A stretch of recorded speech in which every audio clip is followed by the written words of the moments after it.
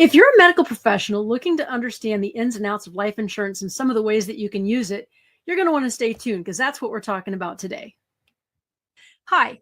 Today we're going to be talking about what you really need to know about life insurance. As you might guess, this is not a good opening line at a cocktail party or sitting next to somebody on an airplane, but you're here to listen and hopefully pick up a couple of things you may not have known that's going to help you and your family on your best financial track. So I'm going to share some stories along the way because I find that my clients remember the stories better and that helps them to remember the facts. So here we go. Let's explore what you need to know. Medical professionals, you're no stranger to making critical decisions every day when your patients need you the most.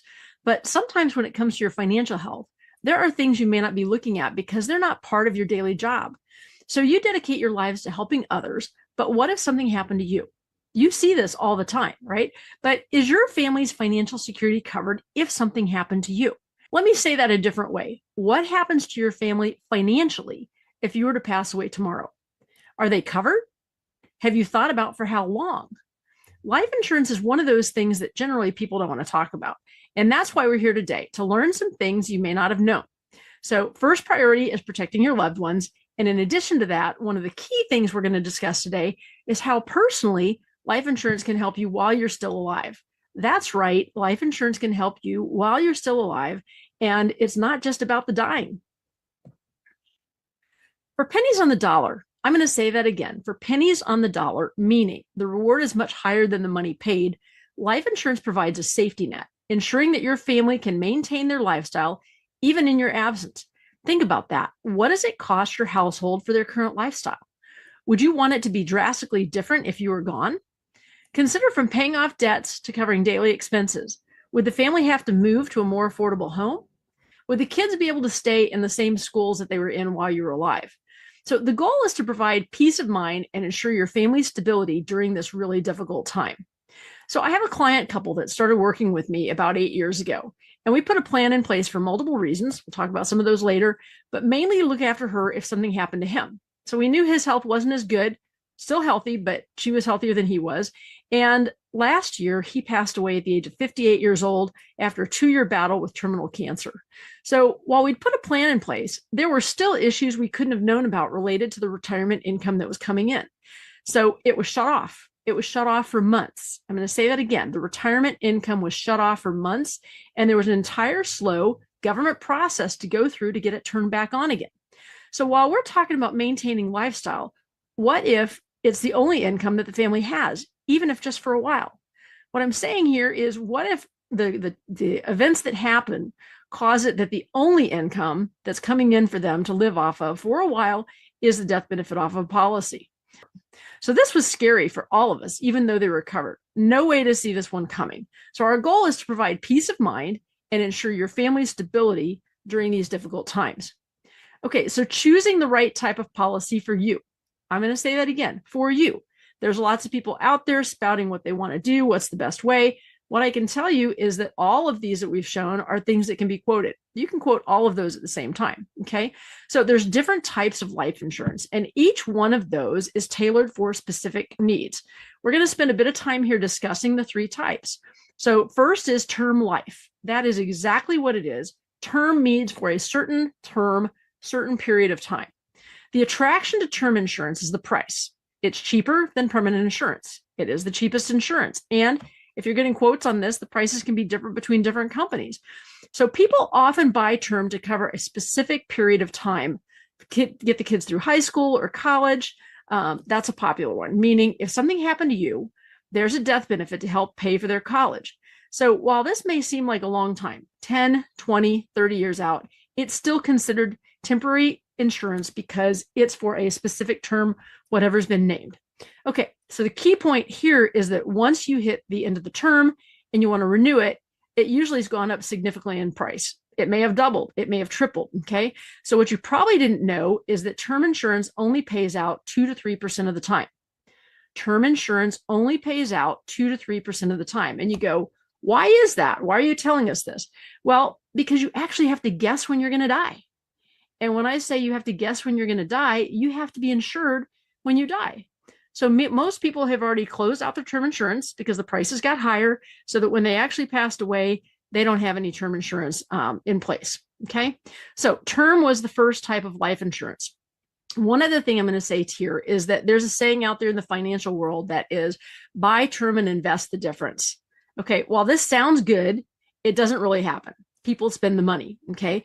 I have yet to meet anyone who bought term and invested the difference and actually, that they actually did it, or two, the possibility that they would have come out ahead. Okay. So if you're hearing that, buy term and invest the difference, you need to put some question marks on there and say, I also have to guess when I'm going to die for the thing to pay out. And at the end of the day, you're buying insurance to make sure you're covered, right? So we want to make sure you're covered.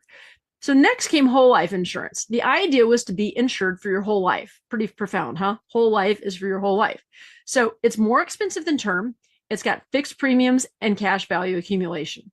So what does that mean? It means that you're paying more than the actual cost of the insurance, and the extra cash is growing inside the policy for you. Okay. There's lots of benefits to that, having the cash invested, shouldn't say invested, but the cash is working for you and it's being paid out in dividends every year. So whole life insurance, fixed premiums, cash value accumulation, good for your whole life. Okay. Hopefully you can remember that.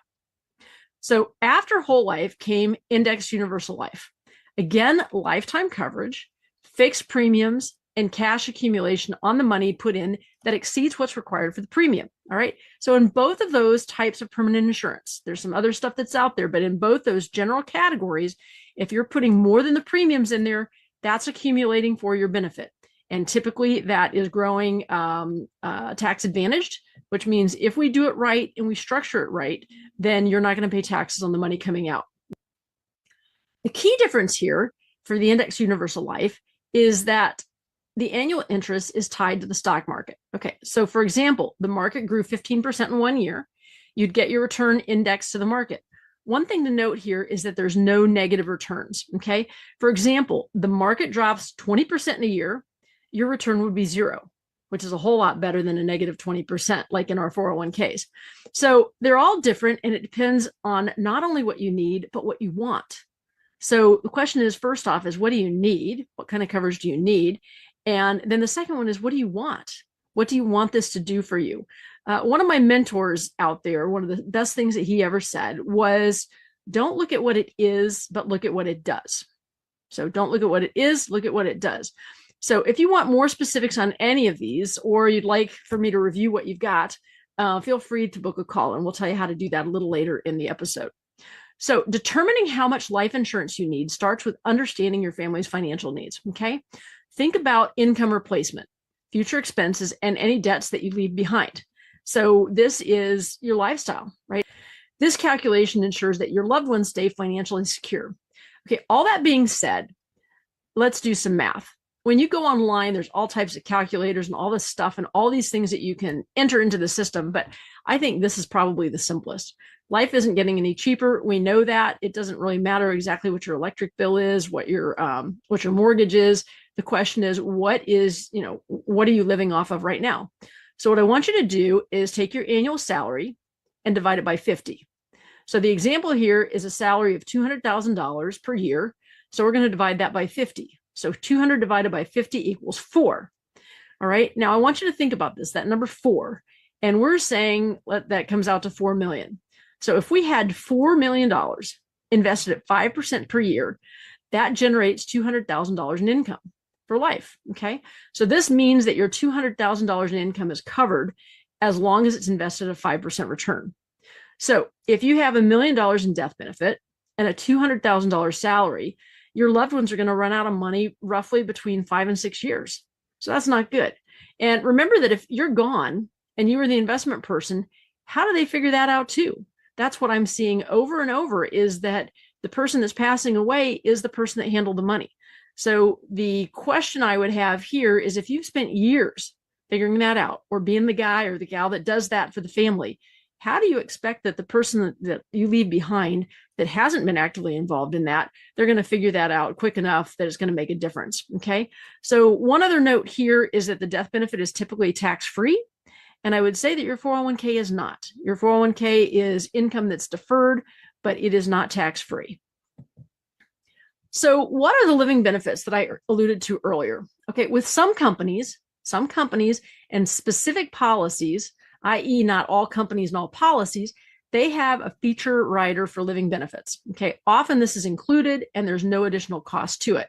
So these are a way to apply the death benefit while you're alive if you become terminally ill, get a critical illness or injury, or a chronic illness, which means you can't do two of the functions of daily living.